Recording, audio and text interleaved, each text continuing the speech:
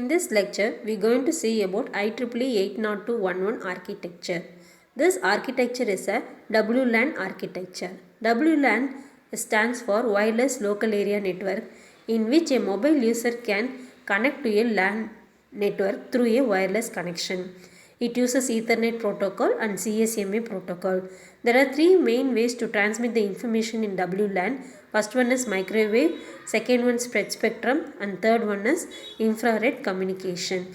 The spectrum is divided into two categories. First one is direct sequence spectrum, second one frequency hopping spectrum. The WLAN have a data transfer speed ranging from 1 to 54 Mbps. This standard can reach from 300 to 600 Mbps. There are two types of wireless LAN network.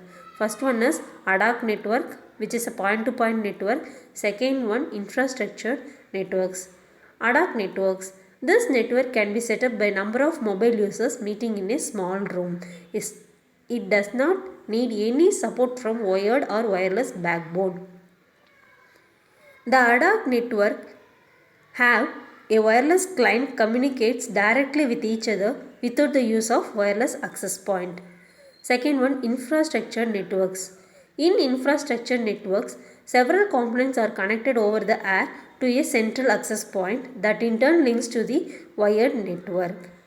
In infrastructure mode, at least one wireless access point and one wireless client is available. Next, IEEE 802.11 architecture and its services. This protocol developed a MAC protocol and physical medium specification. The main goal of the WLAN protocol is simple and robust, which offers time-bounded and asynchronous services. The additional features of WLAN include the support of power management to save the battery power, handling of hidden nodes, and ability to operate worldwide. This protocol uses 2.4 GHz ISM band. The data rates in this protocol is 1 Mbit per second is mandatory.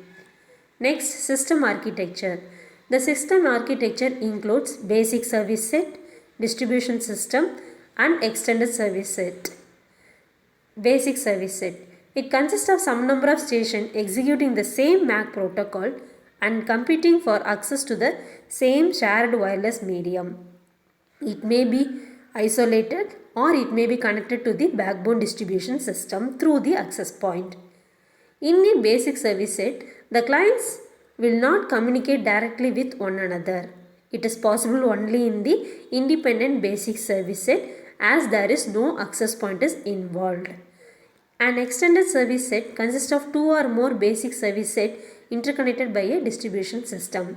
To integrate the architecture, a traditional wired LAN is used. Next, protocol architecture.